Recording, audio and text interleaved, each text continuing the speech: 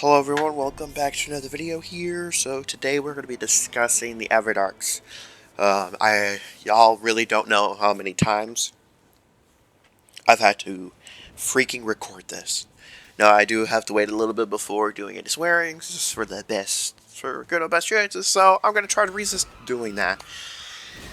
Now, my master yourselves, are you doing this like the previous video? And that is the answer is kind of. I'm not really going to be ranking where these Everdarks are for the first bit.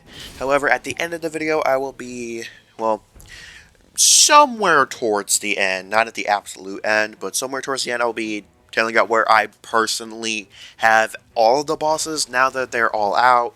I am not expecting Holster to get an Everdark version. I don't even... There's a few reasons why Holster's probably not getting an Everdark. Number one, he has a sort of an enhanced version of a relic already, and two, he's the only Night Lord that used all aspects of his music. All the other bosses had some portions of their music that were not used. So yeah, in this video, of course, I'm not going to be discussing music. As far as my end of, tier list or whatever, music is not going to play a role at all. I am going to preface this by saying I don't think any of these bosses hold a candle to the S tier bosses in all of Soulsborne, and I generally don't think any of them hold up to most of the A tier bosses. By the way, this would count for Dark Souls 3 Seamless Co-op as well. So, yeah, that's just, and even for Elden Ring, because I have fought Elden Ring bosses and Dark Souls 3 bosses in co-op. And technically speaking, I have fought some Bloodborne bosses in co-op, but I massively disagree with fighting a lot of bosses in co-op for Bloodborne specifically. So, yeah. Even within that context, I don't think any of the Everdarks really hold a candle to the best of the best. I'm just keeping it a buck with y'all. That being said, there is a best of the Everdarks and there is the worst of the Everdarks. So I will be giving y'all a little bit of a rundown of the fight, how I feel about things, how I feel about the expedition to them, for the most part, if they change up the run or that sort of deal. If they have a gimmick, I will, if I know the gimmick at least, because Tristophalos, I'm not completely sure on the gimmick, but give y'all some stuff about him, about Gladius or whatever, but I will be telling you whether or not I think it's improved or not improved of their normal version. In other news, Lies of P expected to come in November or December. The only way this does not happen, because I am not going to be doing day one dungeon, I'm not doing day one epic raid, as far as I'm not doing all that stuff. I'm done with contest, as I've said before. I've never done contest mode dungeons. I'm just done with contest as a whole, because Bungie has lost complete faith with me as far as doing contest modes correct. I will be discussing some of the not swap shenanigans, but way later, like in a separate video. Also, next week you're getting 1% Destiny 2 build, but that's besides the point. So, and because yes, the Destiny 2 expansion does release in December, however, that will most likely be streamed. It will not be, I'm not going to be making videos on the campaign or anything like that, because historically, but yeah, that's Lies of P, that should be that thing's time. I will say there's a crap ton of games releasing in September. So far, there are none that I absolutely am like, okay, this I have to do a video on. The only game that I can foresee this being the case for is Phantom Blade Zero, because when that game comes out, I'm covering it. Full stop. Now, for Spooky Time, nothing's going to happen with Sparking Zero, so I'm not really going to have time to set up a tournament or whatnot and make that a reward, so expect a community poll to be put out. Possibly, probably, community poll to get put out early September. Don't worry, I will give y'all at least a couple of weeks if y'all want to put a vote in or whatever. I don't know a fourth option yet, so if you have a fourth option for a horror game, let me know. But so far the options are going to be RE2 Remake, RE3 Remake, and Dead Space. I don't know of a fourth game I want to do. And as far as, well, are there going to be any co-op games for spooky season, spooky time? I don't know. If there is, it'll probably just be me and Torchic. Or Torchic and I. It'll probably might be just us two. I will say I have kind of thought about it, but I will say it depends on how she feels about it and everything. The unfortunate part is that I'm on console and everything, but we will be playing through Lords of the Fallen in co-op. I'll probably just make an independent video, a singular video, going over my thoughts on it and everything. But yeah, that's kind of what's going to be going on. Anyways, on that note here, let's go ahead and get into it. I'm going to be discussing these bosses in order of release, not in order of best to worst, worst to best, whatever. But the first boss we have here is Caligo. Now, Caligo is, first off, the Everdark version was unimpressive to me. Very, very mid. The normal version, in my opinion, was pretty mid, especially when compared to Dark Eater, Midir, Placiducia, Vorticex, and all. A lot of the dragon fights that pretty much every dragon fight we've had, Caligo is the worst. Well, not the worst, but it depends on what you count as a dragon. Cough, cough, ancient wyvern. Cough, cough, ancient. Dark Souls 3. But it depends on what you count as a dragon fight. But normal version Caligo wasn't particularly impressive. The best part about dragon fights are the spectacle. It's a spectacle. And Caligo didn't really have a good spectacle. Now, did the Everdark improve this? No. I still think Everdark Caligo is pretty mid. However, that's not to say it got worse per se. I felt equal about it. I will say Everdark Caligo made the first phase feel completely irrelevant. Like, why didn't you just start with, what you had? That would have been way more, that would have been pretty cool, but like, it's such a slow and not as massive of an upgrade between each phase if you put them all together, that it's like, what the fuck are you doing? What the fuck are you doing? Like, what? As far as the frost effects look so bad. I don't know if it's just for me, maybe y'all can tell me in the background gameplay, but they kind of look like ass, I'm gonna be real. Now, I will say it is kind of cool. Caligo has, like, some sort of frost armor. However, visually, it just looks awful. Just be real, Caligo looks awful. And, man, I just had to... And fire damage is kind of interesting or whatever.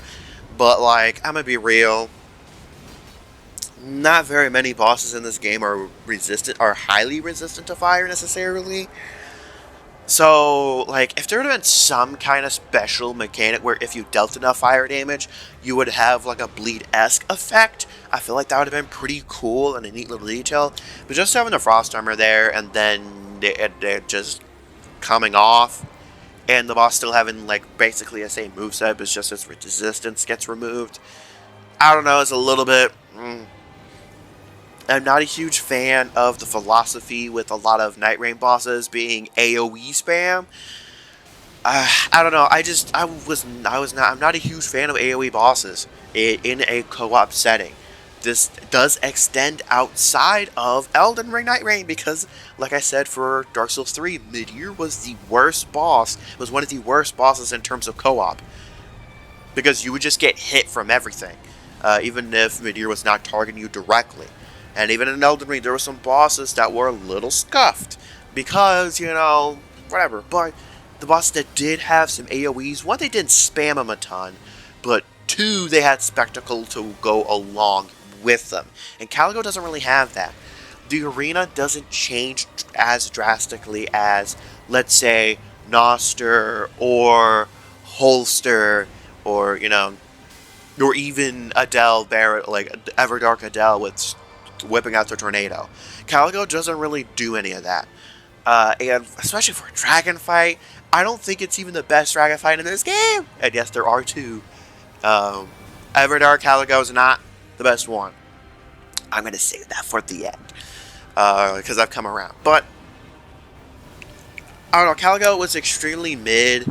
I will say the good part about Caligo that balances all of the slightly negative stuff is the actual expedition itself. The only time Mountains of the Fire Giants is extremely goated. I've come to really appreciate Mountains of the Fire Giants, and what I will say about all the Everdarks is they've really changed my opinion on all of the shifting Earths. Because now I'm not so high on the Crater, I'm a little bit more higher on the Eternal City, I'm a little bit less on Rotted Woods, and I'm a little bit more appreciative of mountaintops. Kind of nice that we only have one boss where this really affects. Not even that many night bosses really do Frostbite. I think there's only one. I think that's Commander Nail, the Lightning and Frostbite one though, specifically. And I think the Dragonkin Soldier of Eternal City, when he goes phase 2, can as well. But not very many night bosses can.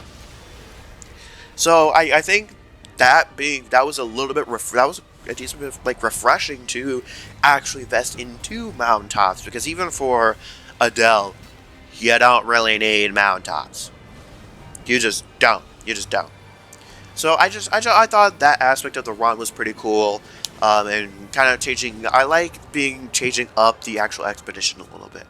So the expedition is pretty solid for Everdark Caligo, but the boss herself was particularly fantastic. Now on to the second to last release, which is Libra.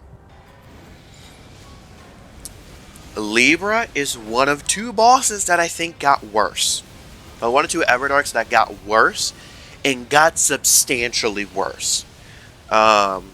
Now, it's not as of like a drop as far as like from S tier to F tier, or from A to D, but it's quite a bit of a drop off.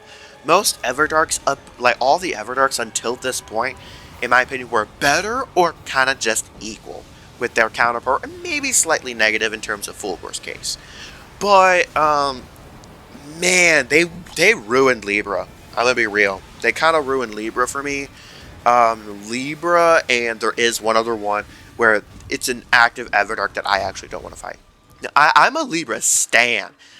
Libra, to me, as far as the normal bosses, is top 2, along with Holster. Top 2. Libra's my personal favorite over Holster.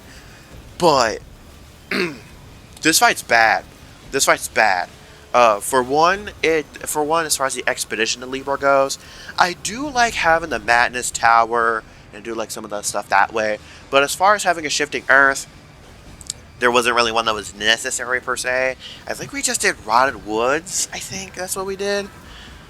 I don't even quite fucking remember. I think we did some runs with Rotted Woods and some without it. With some attempts without it. I'll get into the boss here in a bit, but y'all are gonna absolutely see us destroy Libra, and I think that's a problem for a couple reasons. But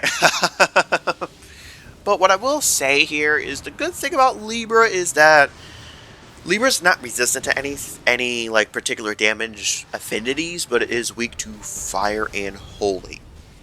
No, I think they are. Maybe they're resistant to fire. I don't remember, but they are weak to holy, which is nice.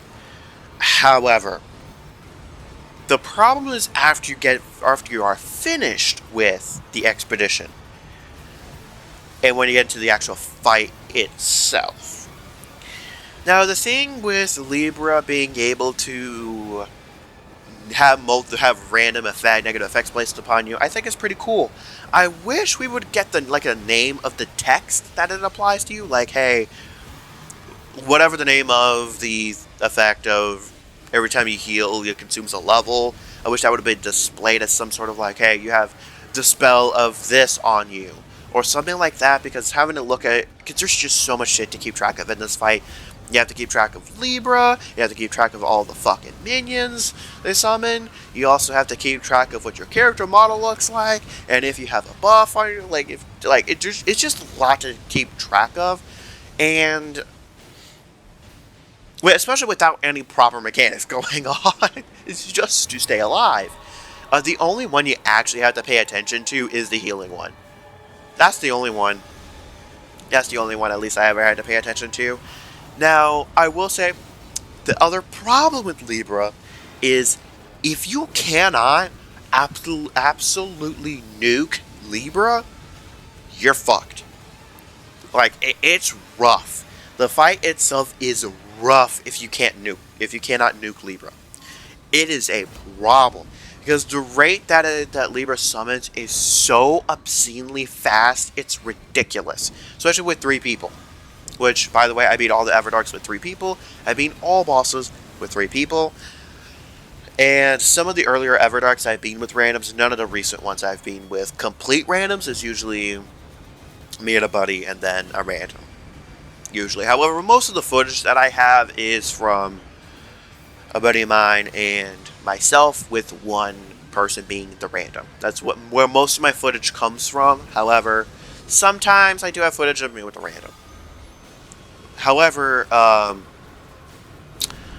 problem with this being either nuking or not nuking and the whole summoning situation is AoEs are extremely fucking important, because otherwise you're realistically not even going to be able to hit the summons, because they seem to have an infinite amount of fucking stamina. We literally had a situation where Arnai and Wilder was just dodging, dodging, dodging, dodging, dodging, and dodging. Like, what the actual fuck are you doing? It was a little bit of a problem. And the problem is, especially with minion fights like this, where there is one sole big boy, is that if the big boy summons too many minions, you kind of have to focus on the minions, or the minions are going to overwhelm you. However, if you focus on the minions too hard, you're never going to damage the big boy. So how do you manage that? In Libra, you kind of can't. You have to have an AoE Ash of War, or something, to where if the minions get close to you while you're damaging Libra with the Ash of War, they will get hit as well. Which is kind of how we were able to beat it so fast the first few times.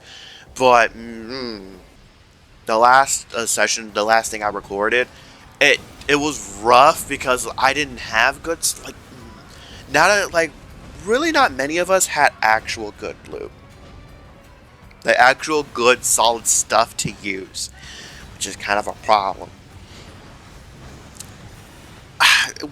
And the Libra's boss design itself is not as good as base 1, because base 1, you had the golden fur for its really ridiculously high magic state, which is cool.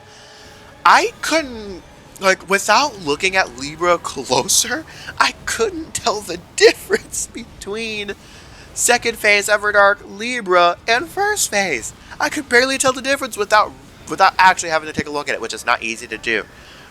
Its moves, having the Holy Ground or whatever, is fine. Its moveset, though, is basically the exact same as normal version, except being able to divide and some minions. That is the only move that is different, at least from what I could tell. So, yeah, not a huge fan of this boss. I don't think it's the worst due to some other circumstances, but it is very far from... It is not a good Everdark. I'm sorry. I might... so yeah, I'm gonna have to talk about Libra here. Massive step down. Not a huge fan of this Everdark. I know some people like it, some people don't. Now on to the most recent and final Everdark to release, being Gladius, also known as Drycephalos. Now, here's a situation with this boss. This boss is a dilemma. And is the epitome of the problem I had with Elden Ring in its entirety, but especially apparent in the DLC. And a problem that I have with some problems that I have with Night Rain as well. And the philosophy of you feeling like you have to be a glass cannon to succeed.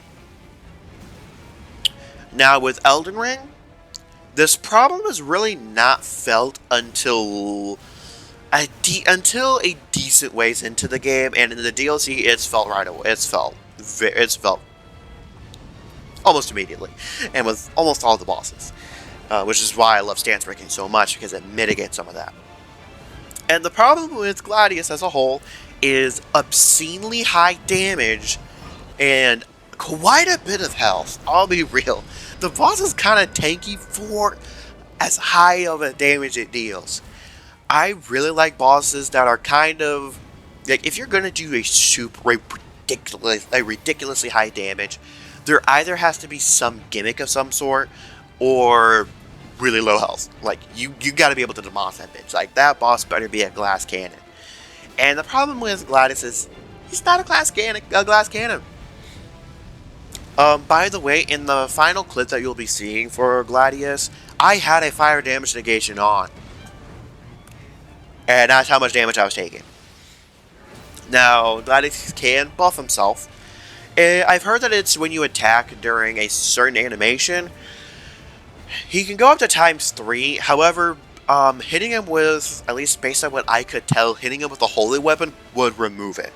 So, however, getting hits with him, because he moves around so much, because he moves around so often, to me personally, it's a little bit difficult to really get a solid amount of damage on him if you're not ranged. Which isn't as much of a...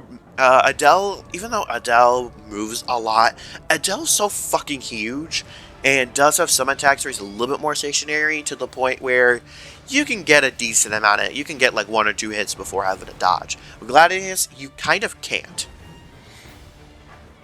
Which I have a problem with. Of course. And he has a few, like, basically any attack in one shot, you really have to dodge through shit. And as far as, before I get too far into Gladius, does he change the expedition at all? Eternal City. That's also, I believe, I think we used Eternal City for the most part for Libra. I think we used Rotted Woods for them. Well, we used Mountaintops for Caligo. I think we used Eternal City for Libra. So it didn't change when we did Gladius. We fought him first. I think our first 2 attempts were... I think our first attempt or 2 were using... I think our first attempt was normal, and then our second attempt and subsequent attempts were with Eternal City. But yeah. I just personally didn't really... I think the moveset is really, really cool. The design change, I know it's just make facial plate white. But its moveset was pretty cool. I thought its new moves were pretty sick and everything. However, the damage is just so out of tune that it's just ridiculous and massively drags down the fight. If I were to just equate the bosses with each other, I would say yes, it is better. Everdark Gladius is better than normal Gladius. However, the problem is it does so much damage that it combined with the moving around all over the place, so most Ashes of War don't really work very well with it. Is all in all, it's just worse than the normal version. With normal Gladius, I was like, okay, I don't mind fighting the doggo. However, Everdark, I don't want to touch it again, because it's just such an extreme amount of damage. For even being at level 12 or whatever. Because I will say we were a little bit on the lower side to start with until we did Eternal City. But, oh my goodness, this boss is just way out of tune. Way out of tune. So yeah, that's Gladius for you. All in all, another boss that I think got worse, but is worse strictly due to balance. I think it's worse strictly due to balance and not much else. Now you are at the end of the video here, and this is where I give y'all where I personally have these bosses in terms of like a tier list. Now I'm not gonna slap it on screen here, and in terms of how I did this, personal feeling. I didn't take the expeditions into account.